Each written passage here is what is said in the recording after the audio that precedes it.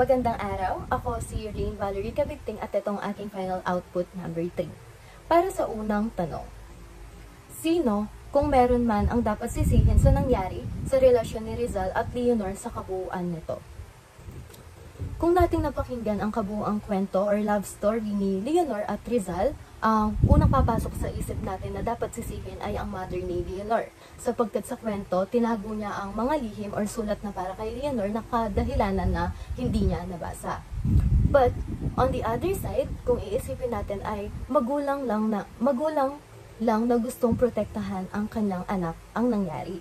Sapagkat sa kwento, alam naman natin na si Rizal that time ay nilalabanan niya ang bansang Pilipinas at maraming may ayaw kay Rizal. Kung iisipin natin, dito papasok ang mother's knows best. Ayaw lang mapahamak ng magulang ang kanyang anak.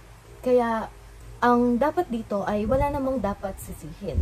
Sapagkat, ginawa lang ng magulang ang kanyang kailangan gawin para maprotektahan ang kanyang anak. At para sa pangalawang tanong, may dapat bang ginawa si Leonor Rivera para hindi sana nagkaganon ang istorya ng kanilang pag-iibigan?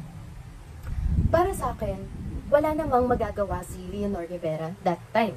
Sapagkat dahil hindi niya kayang mag-put ng effort para sa minamahal niya or minamaliit yung kakayahan ng isang babae, wala siyang magagawa sapagkat hindi niya alam kung nasaan si Rizal.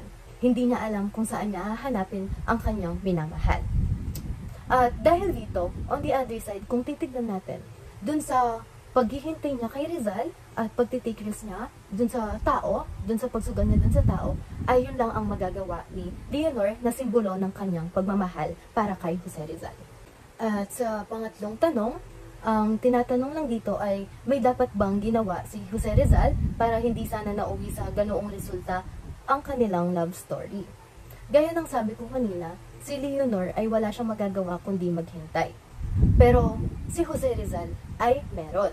Sapagkat dito siya ang lalaki. At sa panahon na yon, alam natin kung gaano kalakas ang isang lalaki. At alam naman natin na that time parang lalaki lang din ang kayang or may kakayahan gumalaw. Dahil nga sa mindset nila na lalaki siya.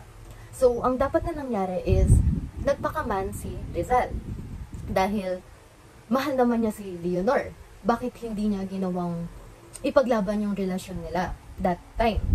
So, kung may ginawa man si Rizal, like nagpakaman siya, maaari na yung resulta ng pag-iibigan nila is hindi naging ganon. Sapagkat kung mahal mo yung isang tao, kung ikaw si Rizal, papasok sa isip mo, like, gagawin ko to para sa minamahal ko.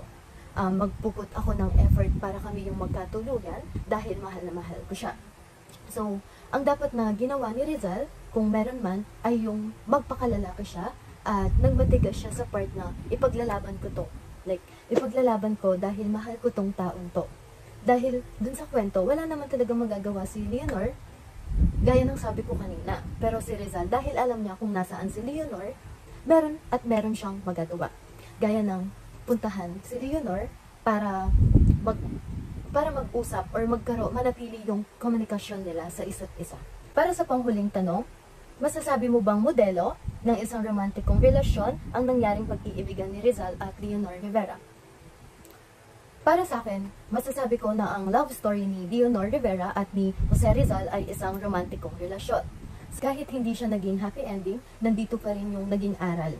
At masasabi natin siyang romantiko sapagkat nandito pa rin yung pagmamahal at pagkikare sa isa't isa.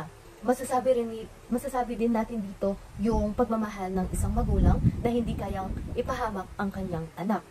Nagput ng effort si mother ni Leonor, si Leonor Rivera, ang kanyang anak, at si Jose Rizal. Masasabi natin dito na lahat sila ay may ginawa para sa isa't isa, which is si Leonor ay naghintay siya kay Jose Rizal.